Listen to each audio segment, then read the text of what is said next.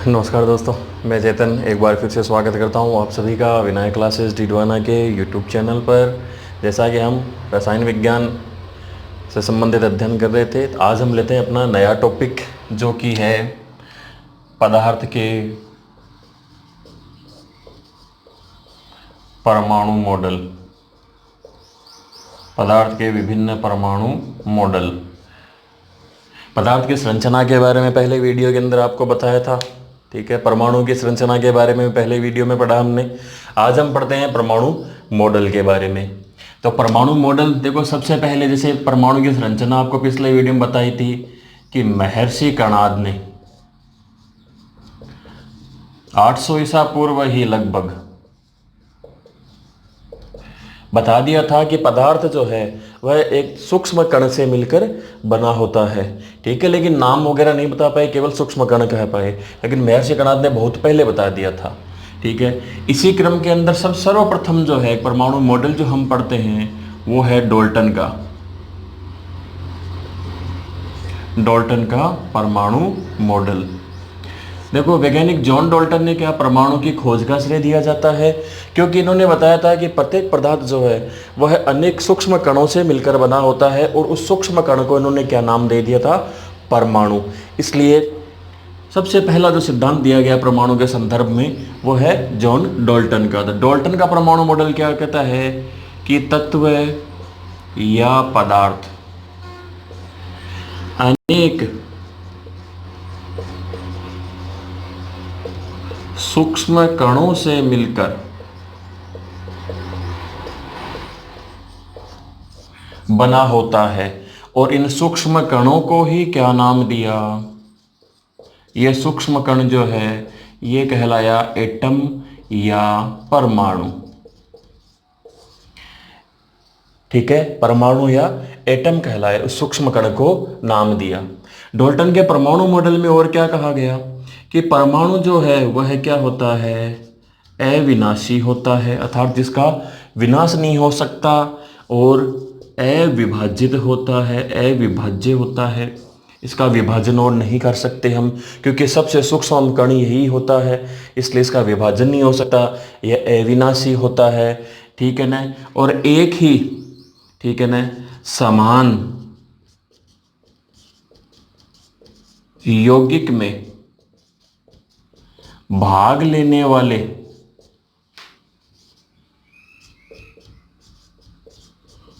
परमाणु क्या होते हैं, समान होते हैं, ठीक है। और ये क्या कहते हैं, डाल्टन ने एक और क्या कहा कि जो परमाणु होते हैं, जो यौगिक का निर्माण जब होता है, किसी यौगिक का निर्माण जो होता है, तो परमाणु क्या करते हैं कि संयोजन करते हैं, वियोजन करते हैं, और पुनर्व्यवस्था, ठीक है, पुनर्व्यवस्थापन, ये क्रियाएं दर्शाते हैं। और क्या करते रहते हैं, निर्माण करते रहते हैं, पुनः बिखरते रहते हैं, पुनः निर्माण करते रहते हैं, ठीक है ना। ये डाल्टन के परमाणु मॉडल की कुछ एक विशेष बातें। देखिए, परमाणु मॉडल की कमी जो डाल्टन की कमी है ना, वो तो इसके बाद में कोई मॉडल आए तभी तो इसमें कमियां निकली ना। तो यहाँ पर हम इसके कमी की बात नहीं करेंगे, ठीक है ना। ये देखिए बोर्ड पर आपके सामने को उतारना चाहते हैं तो आप साथ साथ में उतार लीजिए, ठीक है ना। पुनर्व्यवस्थापन होता है, परमाणु अविनाशी है, सभी परमाणु जो है, ठीक है ना, यौगिक के अंदर भाग लेने वाले वो इसी प्रकार करते हैं। और एक और कह सकते हैं कि किसी, ठीक है ना, तत्व या यौगिक के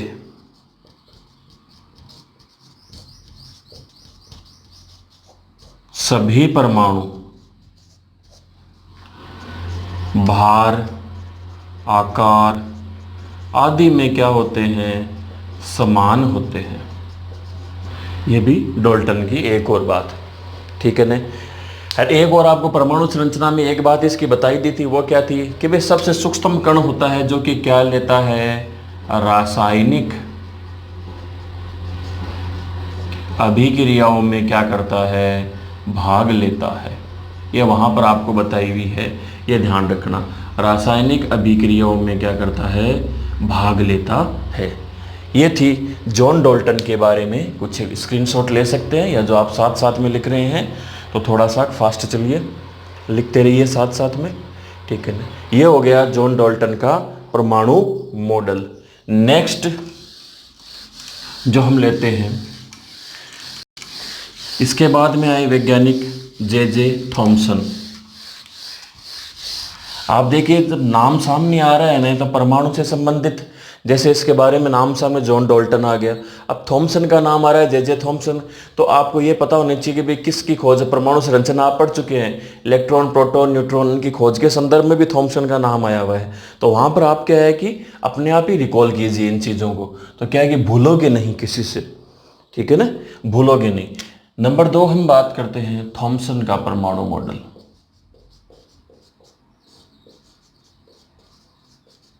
थॉमसन मॉडल, देखो वैज्ञानिक थॉमसन ने क्या कहा कि परमाणु, ठीक है ना, वैज्ञानिक थॉमसन ने कहा कि परमाणु 10⁻⁻10 मीटर त्रिज्या का धन आवेशित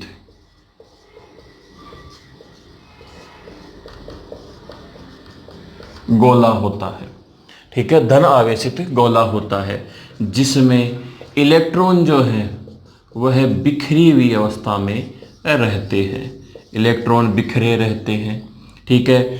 दूसरी बात और क्या कही कि धन आवेश और ऋण आवेश का मान सदैव क्या होता है, बराबर होता है, ठीक है, ये कही, ठीक है। और इसी की संज्ञा भारत के अंदर किससे कर दी, तरबूज से कर दी, या फिर विदेशों में इसे कहा गया प्लम पुडिंग मॉडल, ठीक है ना, तरबूज मॉडल या प्लम पुडिंग मॉडल। यानी इलेक्ट्रॉन क्या करते हैं, बिखरे हुए अवस्था में रहते हैं, धन आवेशित गोला होता है, धन आवेश और ऋण आवेश का मान क्या होता है, समान होता है, इसीलिए परमाणु क्या होता है, उदासीन। परमाणु कैसा हो गया, उदासीन अवस्था में आ गया, ठीक है ना। ये था थॉमसन का परमाणु मॉडल, जिसकी मुख्य मुख्य बातें आपके सामने है, ठीक है ना। लेकिन इस मॉडल के द्वारा जो है ना परमाणु के तापायनिक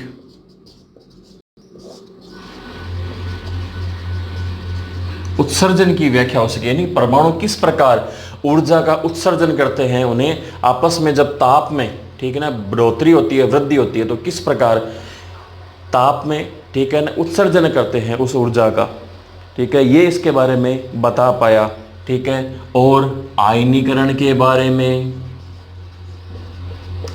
ठीक है, प्रकाश विद्युत प्रभाव के बारे में,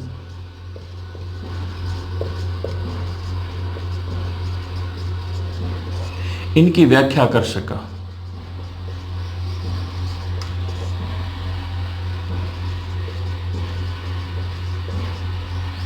ये मॉडल इनकी व्याख्या कर सका, ठीक है ना। लेकिन कमी क्या रह गई, कमी क्या रह गई कि स्पेक्ट्रम की व्याख्या नहीं कर सका, परमाणु के स्पेक्ट्रम की व्याख्या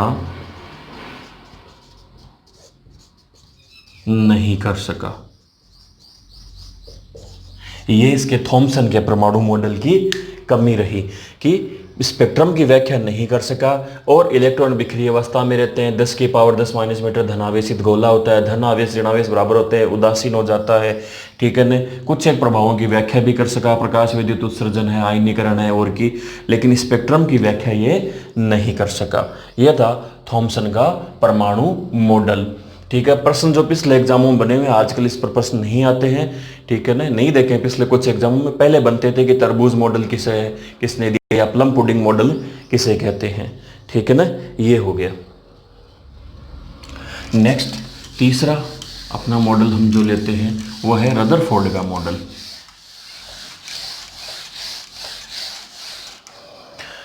रदरफोर्ड ने क्या कहा, तीसरा मॉडल लेते हैं रदरफोर्ड।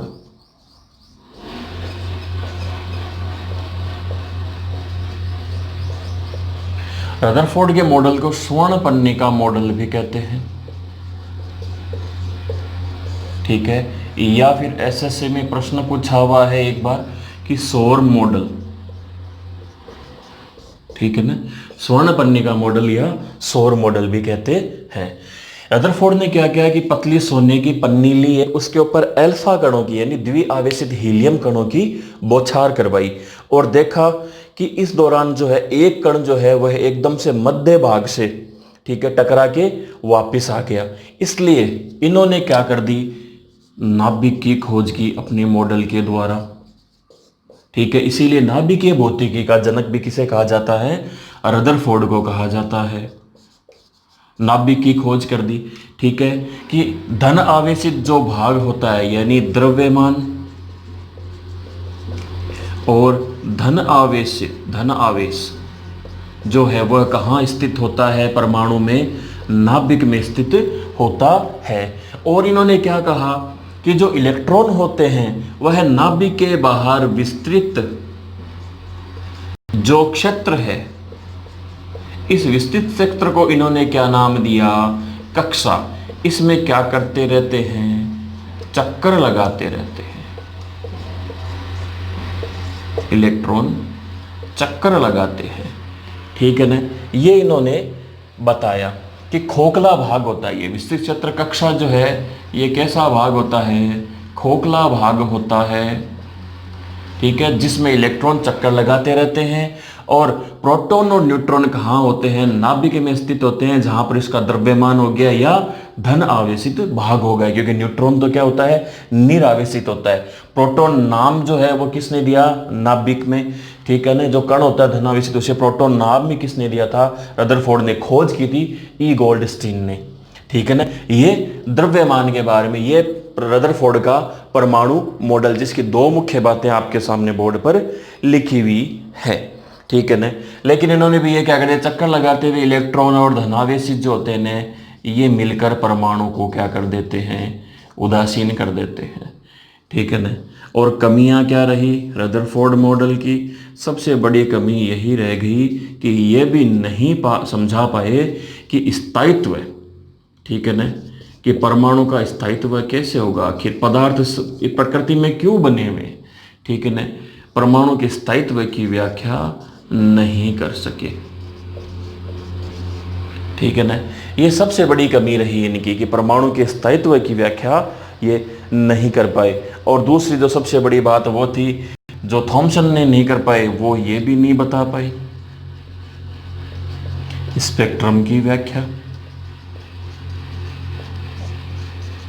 नहीं कर सके कि भाई जो ऊर्जा का उत्सर्जन जो होता है वो किस रूप में होता है, क्यों करता है, चक्कर क्यों लगाता है, क्या है इसके अंदर ऐसी ऊर्जा जिससे ये चक्कर लगा पाता है, ऐसा कुछ भी समझाने में नाकाम रहे।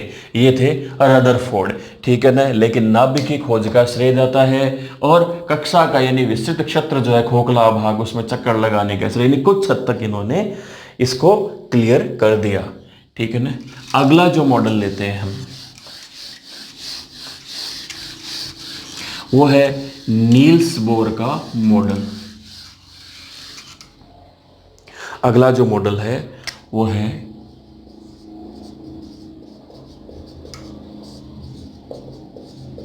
नील्स बोर का परमाणु मॉडल। देखिए नील्स बोर ने क्या किया कि मैक्स प्लांक के क्वांटम सिद्धांत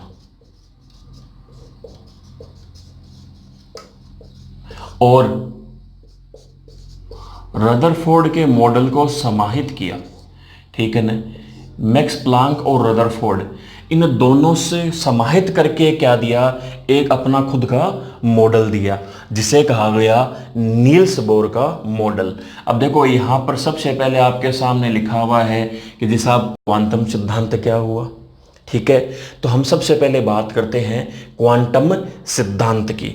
देखिए क्वांटम सिद्धांत क्या कहता है कि कोई भी पदार्थ, ठीक है, किसी पदार्थ या तत्व से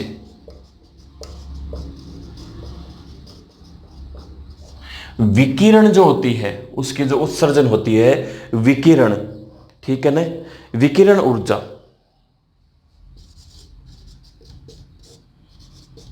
का अवशोषण या उत्सर्जन सतत यानी कंटिन्यू न होकर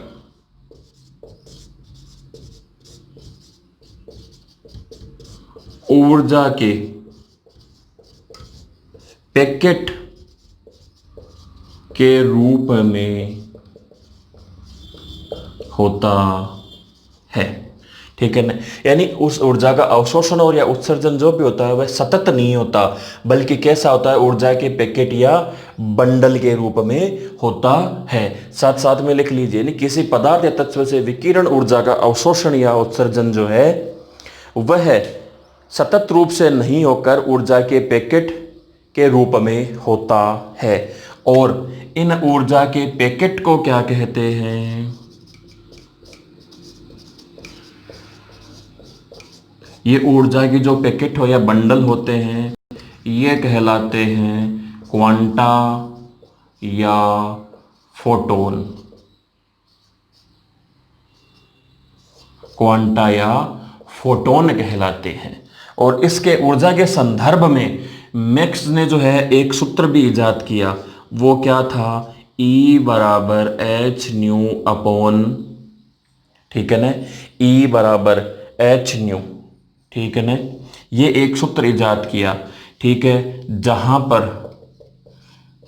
आवर्ती न्यू बराबर होता है C अपॉन लेमडा, तो इसलिए एच सी अपॉन लेमडा, ये एक सूत्र भी इजाद किया। ठीक है, जहां पर E क्या हो जाएगी? ऊर्जा, C हो गया प्रकाश का वेग, ठीक है, न्यू हो गई आवर्ती, H हो गया प्लांक नियतांक, ठीक है, प्लांक नियतांक, और लेमडा हो गया तरंग दैर्ध्य। ठीक है ना, ये E बराबर एच न्यू, ठीक है, बराबर एच सी अपॉन लेमडा, क्योंकि न्यू बराबर होता है C अपॉन लेमडा। अब देखिए यहाँ पर H जो है प्लांक नियतांक, इसका मान निश्चित होता है भाई 6.625 इंटू 10 की पावर -34 जूल सेकंड। ठीक है ना, ये निश्चित मान होता है प्लांक नियतांक का। H बराबर जो प्लांक नियतांक है इसका मान निश्चित होता है 6.625 इंटू 10 की पावर -34 जूल सेकंड। ये था क्वांटम सिद्धांत। बोर का सिद्धांत अभी नहीं पढ़ पाए हम, ठीक है ना, ये मैक्स प्लांक और रदरफोर्ड आपने अभी पढ़ लिया है। मैक्स प्लांक और रदरफोर्ड को सम्मिलित करके जो दिया ये था क्वांटम सिद्धांत। ठीक है ना, अब ये क्वांटम सिद्धांत क्लियर हो गया तो नील्स बोर का पढ़ने में हमें क्या हो जाएगी? आसानी हो जाएगी। ठीक है ना, तो ये जल्दी से उतार लीजिए आप लोग। ठीक है ना, ये आपके सामने है बोर्ड पर सारा सारा, जल्दी से उतारिए।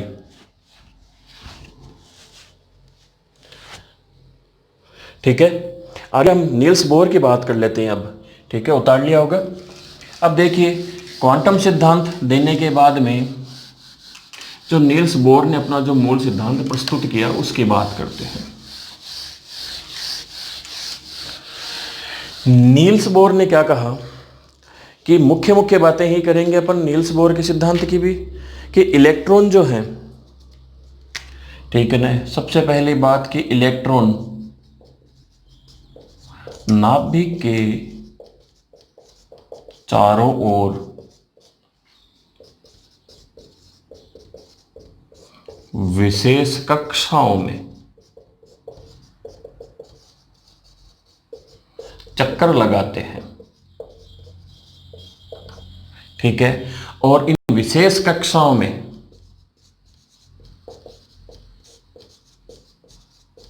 ठीक है, विशेष कक्षाएं जो होती है वो क्या होती है? स्थायी होती है।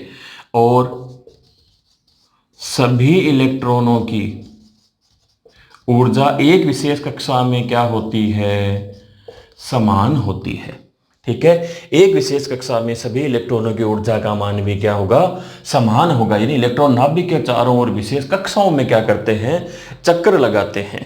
ठीक है, और सभी की ऊर्जा जो होती है वो क्या होती है, समान, एक विशेष कक्षा के लिए। ठीक है ना। और चक्कर लगाते हुए इलेक्ट्रॉन जो है,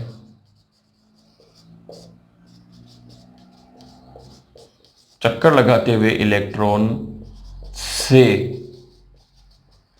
ऊर्जा की हानि नहीं होती है। यानी एक इलेक्ट्रॉन दूसरे इलेक्ट्रॉन से लेता रहता है, चक्कर लगाता रहता है, नाभिक में गिरता नहीं है क्योंकि बल काम करता है, और वहीं पर क्या होते हैं, एक दूसरे को देते रहते हैं, इसलिए ऊर्जा की हानि नहीं होती है। चक्कर लगाते हुए इलेक्ट्रॉन से ऊर्जा की हानि नहीं होती है। और इन्होंने क्या किया कि जो स्थायी कक्षाएं थी उनको विभाजित किया। स्थायी कक्षाओं को इन्होंने बांट दिया, के, एल, एम, एन, इस प्रकार क्या दे दिया, नाम दे दिया। ठीक है ना, के, एल, एम, एन, इस प्रकार स्थायी कक्षाओं को इन्होंने क्या दे दिया, नाम दे दिया। ठीक है ना, यह था नील्स बोर का परमाणु मॉडल। ठीक है, आगे हम देखिए, ये जो आप अभी कई दोस्त सोच रहे होंगे, कई विद्यार्थी कि भाई के एल-एम-एन में इलेक्ट्रॉन विन्यास कैसे नहीं बताया, तो ये यहाँ पर नहीं है भाई, नील्स बोर भी नहीं बता पाया था। ठीक है ना, क्योंकि नील्स बोर ने बरी वैज्ञानिक के साथ मिलकर एक नई योजना दी थी, बोर बरी योजना, जिसके अनुसार इसमें फिर इलेक्ट्रॉन भरे गए थे। नील्स बोर ने इतना बताया। ठीक है ना, मुख्य मुख्य बातें। नेक्स्ट जो हम लेते हैं, बोर बरी योजना, स्टेप बाय स्टेप। ठीक है ना, सब कुछ क्लियर होगा आपके, स्टेप बाय स्टेप होगा। ठीक है ना, नेक्स्ट हम लेते हैं बोर बरी योजना।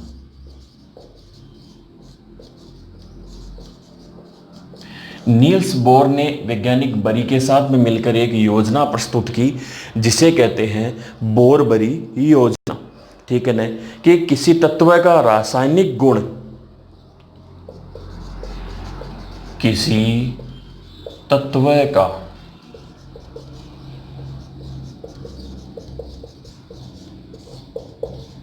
रासायनिक गुण उसके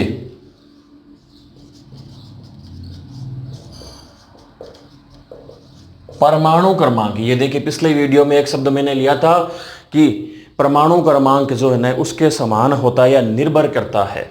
ठीक है ना, तो यहां पर भी यही बात, परमाणु क्रमांक पर निर्भर करता है। ठीक है, किसी तत्व का रासायनिक गुण उसके परमाणु क्रमांक पर निर्भर करता है। ये दोनों इस निष्कर्ष पर पहुंचे।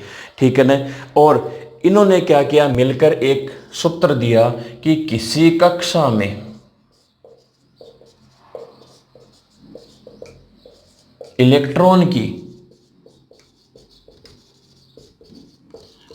अधिकतम संख्या जो है वो है 2n² हो सकती है। ठीक है ना, अधिकतम संख्या 2n² हो सकती है, जहां पर n है कक्षा की संख्या या क्रम। ठीक है, कक्षा की संख्या या क्रम। जैसे अपन बात करें k, तो k कितने नंबर पर है, 1 नंबर पर। तो ठीक है ना, 2n की जगह 1 रख दिया, स्क्वायर कितना आया, 2। 1 का स्क्वायर क्या होता है, 1। ठीक है, 2। अब नंबर 2 पर कौन है, l, तो 2 का स्क्वायर, तो 2 × 4 = 8। तीसरे नंबर पर कौन आया, m, तो 2। ठीक है, 3 का स्क्वायर, तो कौन आया, 2 × 3 का स्क्वायर 9, यानी 18। इसी प्रकार n के लिए 2, 4 का स्क्वायर, तो 2 × कितना आ जाएगा, 16, यानी 32। तो ये आ गई KLMN में अधिकतम संख्या। k के लिए कितनी हो गई, 2, l के लिए 8, 18, 32। ठीक है ना, ये संख्या किसके लिए, किसी कक्षा में इलेक्ट्रॉन की अधिकतम संख्या जो है 2n² से, ये आपके सामने 2n² से। ठीक है, अब यदि आपसे पूछ ले NO के लिए, तो O के लिए कितनी आ जाएगी, 50 आ जाएगी, निकाल लेना आप लोग। ठीक है, इसी प्रकार पी के लिए पूछ ले तो आगे पी भी कक्षा है ही है, उसके लिए निकल जाएगी वो तो। ठीक है ना, ये उतार लीजिए साथ साथ में। दूसरी जो एक मुख्य बात कही बोरबरी ने कि बाहरी कक्षा में अधिकतम जो है वो कितने इलेक्ट्रॉन हो सकते हैं, 8। और दूसरी बात, बाहरी से पहले वाली कक्षा में कितने इलेक्ट्रॉन हो सकते हैं, अधिकतम 18। दोनों बातें ध्यान से देख लेना। सबसे बाहरी जो कक्षा है उसमें इलेक्ट्रॉन कितने हो सकते हैं, 8। और उससे बाहरी से पहले वाली कक्षा जो है यानी सेकंड फ्रॉम द लास्ट, उसमें कितने हो सकते हैं, 18। ठीक है ना, सेकंड फ्रॉम द लास्ट उसमें कितने हो सकते हैं, 18 इलेक्ट्रॉन हो सकते हैं। ठीक है, ये था बोरबरी योजना। ठीक है ना, लेकिन एक अपवाद है भाई इसके भी। ठीक है ना, ये मैं मिटा रहा हूं। अपवाद क्या है बोरबरी योजना का कि देखिए क्रोमियम Cr परमाणु क्रमांक होता है 24, एक लेते हैं। कॉपर परमाणु क्रमांक होता है 29। ठीक है ना, इसके अंदर बोर के अनुसार जो है ना, बोरबरी योजना के अनुसार जो इलेक्ट्रॉन है वो कैसे भरे जाएंगे, 2, 8, 10। ठीक है, कितने हो गए, 24 में से 10 गए, 14 बचे, यानी 12 और 2। ठीक है ना, 2 और 8 10, 10 और 12 22, 22 और 2 24। ठीक है, एकदम से सही भराया गया क्रोमियम में। और इसी प्रकार इसमें भर दीजिए कि 2, 8 KLMN है भाई, ये है ना, बोरबरी योजना से भर रहे हैं, यहाँ पर एरो का चिन्ह लगा है। ठीक है, 2, 8, 17 और 2। ठीक है, 10, 10 और 17 27, 17 27 और 2 29। ठीक है ना, ये थे बोरबरी के अनुसार भरे हुए इलेक्ट्रॉन। ठीक है ना, ये अपवाद हो गए, लेकिन इनका संशोधित जो है यानी सही रूप जो है इनका वो ऐसे नहीं होगा, वो होगा 2, 8, 13 और 1। ये सही रूप भरा गया इनका। ठीक है ना, आगे जब सोमरफील्ड, श्रोडिंगर, ठीक है, आपभाव का नियम, हुंड की अधिकतम बहुलता का नियम, जब आगे और वैज्ञानिक की खोज हुई तो इन मुद्रा धातुओं में क्या अपवाद ही मिला। ये मुद्रा धातुएं हैं भाई। ठीक है ना, सिल्वर के अंदर भी ऐसे होगा 47 नंबर पर। ठीक है, AU के अंदर भी ऐसे होगा, ओरम में, गोल्ड में, ठीक है, सिल्वर है, इनमें सब में क्या है, ये अपवाद ही हैं भाई। ठीक है ना, बोरबरी नियम के अपवाद प्रश्न बन सकता है, ध्यान रखना, ये अपवाद हैं भाई। इसके अंदर बढ़ेंगे 2, 8, 18 और 1, ये सही भरा गया। तो ये बोरबरी नियम के दो जो है ना मुद्रा धातुएं, ये सिल्वर भी आप ऐसे ही मिलेगा और AU जो सोना भी है वो मुद्रा धातुएं जो है ना, ये इसके क्या है, बोरबरी नियम की अपवाद है। ठीक है ना, उतार लीजिए, ये भी अपवाद का ध्यान रखना भाई, बोरबरी नियम का। ठीक है, नेक्स्ट जो अपना मॉडल हम लेते हैं परमाणु के संदर्भ में, अगला वो है सोमरफील्ड का मॉडल। ठीक है ना, सोमरफील्ड।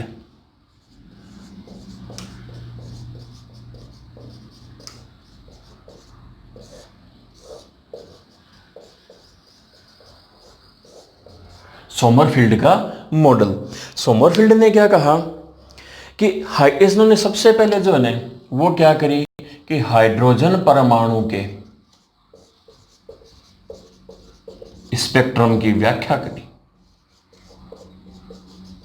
UPSC और SSC में पूछा हुआ प्रश्न है भाई, हाइड्रोजन के परमाणु स्पेक्ट्रम की जो व्याख्या सबसे पहले किसने कर दी, सोमरफील्ड ने करी। ठीक है ना, सोमरफील्ड वैज्ञानिक ने, और यह विचार दिया कि इलेक्ट्रॉन की जो कक्षाएं होती है, इलेक्ट्रॉन की जो कक्षाएं हैं वह है वर्तीय और दीर्घवर्तीय, दोनों प्रकार की होती है।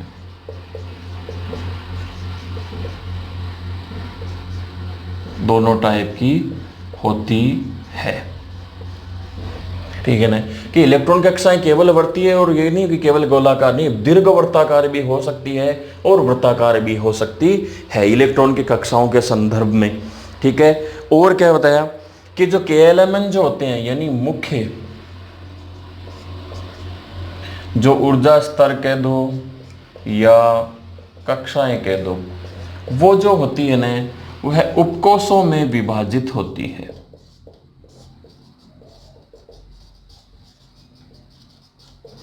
उपकोषों में क्या होती है, विभाजित होती है। और इन्होंने जो उपकोष दिए वो कौन से थे, S, P, D और F। इस प्रकार इन्होंने क्या किए, उपकोष में बांटा। जैसे कि भाई 1 नंबर में 1 उपकोष होंगे, 2 में 2 हो जाएंगे, 3 में 3। कैसे, n बराबर 1 किस कक्षा के लिए है, K के लिए, तो K में क्या होगा, 1 उपकोष होगा, यानी कौन सा आएगा, S। n बराबर 2 किसके लिए है, L के लिए, तो L में 2 उपकोष आ गए, S और P।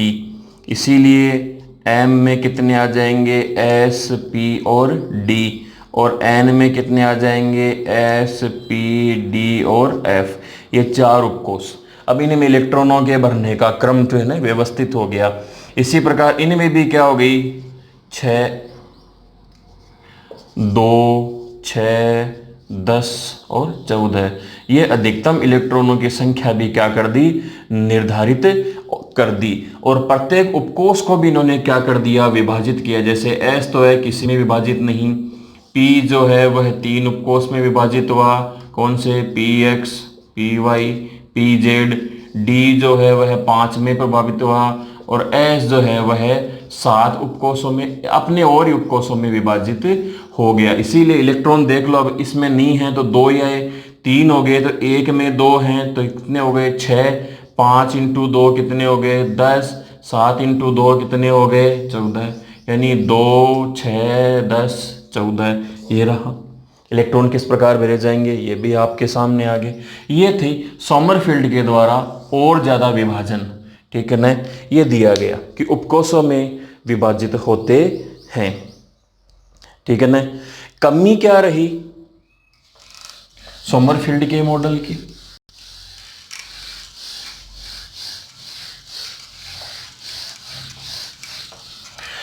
कमी ये रही कि स्टार्क प्रभाव और जीमॉन प्रभाव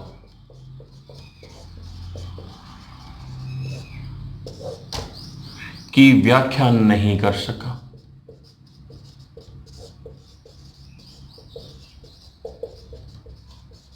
ये इसकी कमी रही। ठीक है ना, कि स्टार्क प्रभाव और जीमॉन प्रभाव की व्याख्या नहीं कर सका। अब स्टार्क प्रभाव क्या है, ठीक है ना, एवेंजर्स मूवी देखी होगी, मिस्टर स्टार्क, ठीक है ना, आयरन मैन, ठीक है, यानी बिजली से चलता है, तो स्टार्क को ध्यान रखिए, स्टार्क प्रभाव, ठीक है ना, स्टार्क प्रभाव वही बिजली वाला हो गया। ठीक है ना, कि यदि कोई पदार्थ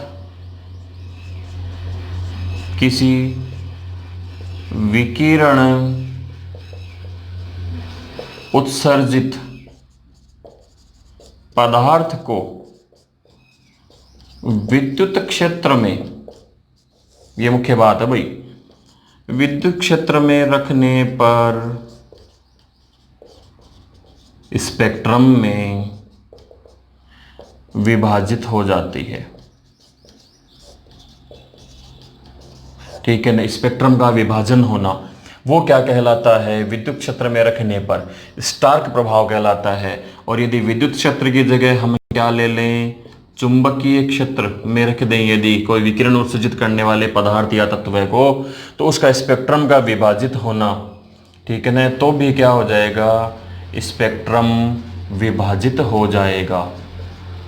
ठीक है, तो इसको हमने क्या कह दिया, जीमॉन प्रभाव। ठीक है ना, आयरन मैन से याद रखना स्टार्क, ठीक है ना, मिस्टर स्टार्क आ जाएंगे यहाँ पर, आयरन मैन भी आ जाएगा यहाँ पर, विद्युत क्षेत्र का ध्यान रखना, ये हो जाएगा स्टार्क और जीमॉन प्रभाव। ठीक है, ये दोनों भी हो गए हैं। इनकी व्याख्या जो है वो नहीं कर सका। ठीक है, ये हो गया सोमरफील्ड का मॉडल। इसके बाद में नेक्स्ट जो मॉडल हम लेते हैं वो है श्रोडिंगर।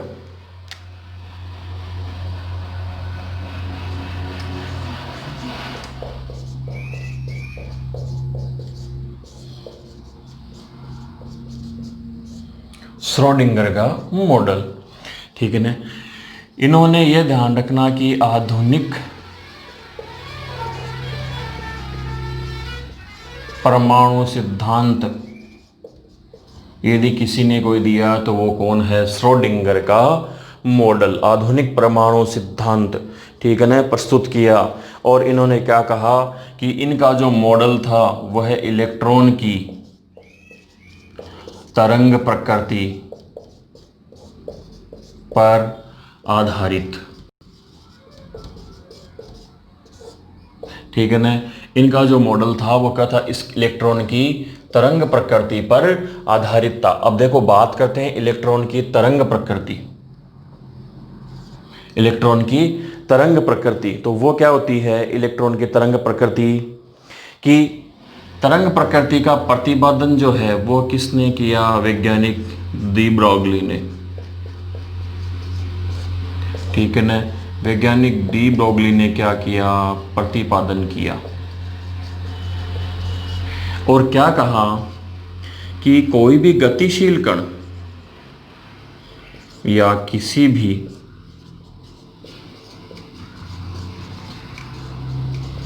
गतिशील कण जैसे इलेक्ट्रॉन है, प्रोटॉन है, न्यूट्रॉन है, ठीक है ना, गेंद कह दो, मिट्टी का कण कह दो, ये आदि जितने भी हैं, कोई भी गतिशील कण, ठीक है ना, ये क्या करते हैं, तरंग की भांति व्यवहार करते हैं, दर्शाते हैं। इसलिए इलेक्ट्रॉन भी क्या करता है, परमाणु भी, इलेक्ट्रॉन जो है वो भी किस, इसीलिए, ठीक है ना, परमाणु, ठीक है ना, वो क्या होता है, कण और तरंग यानी द्वैत प्रकृति, ठीक है ना, द्वैत प्रकृति को दर्शाता है। ये बात यहाँ से निकली, ठीक है ना, कि परमाणु भी कण और तरंग यानी दो प्रकृति हो गई, इसलिए क्या कह दिया, द्वैत प्रकृति को दर्शाता है। ये थी तरंग प्रकृति, जिसके ऊपर किसका मॉडल आधारित था, श्रोडिंगर का। और तरंग प्रकृति के बारे में डी ब्रोगली या दी ब्रोगली एक ही बात है भाई, दे ब्रोगली कह दो, डी ब्रोगली कह दो, दी ब्रोगली कह दो, अलग अलग बुक्स में अलग अलग नाम मिल जाएंगे, ठीक है ना। ये दिया कि किसी भी गतिशील कण जो है, इलेक्ट्रॉन है, प्रोटॉन है, गेंद है, कुछ भी मिट्टी का कण है, उसमें तरंग, ठीक है ना, कि तरंग की भांति व्यवहार करता है या गुण दर्शाता है। और कण भी लिख सकते हो, कण व तरंग की भांति व्यवहार दर्शाता है या उसके गुण प्रदर्शित होते हैं। यह था श्रोडिंगर का परमाणु मॉडल, जिसको कहते हैं आधुनिक परमाणु सिद्धांत या इलेक्ट्रॉन की तरंग प्रकृति पर आधारित, ठीक है ना। ये थे कुछ एक परमाणु मॉडल जो कि मुख्य मुख्य हैं। एक और है जो अपन अंतिम करते हैं आज की क्लास के लिए, वो है हाइजेनबर्ग का अनिश्चितता सिद्धांत।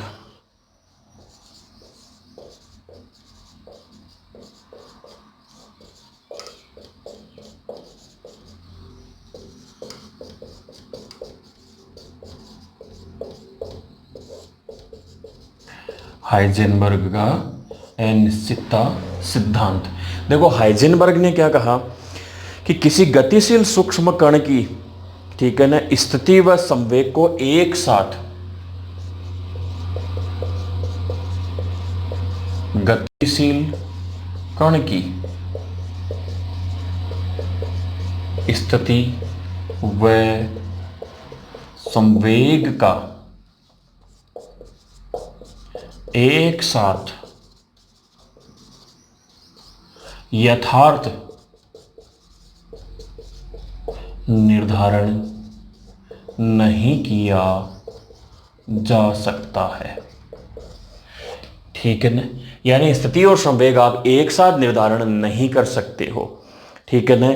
इसीलिए कमी क्या है कि बोर का मॉडल है, सोमरफील्ड का मॉडल है जो अभी पढ़ा है, ये क्या कर इस नियम के क्या थे, विरुद्ध थे।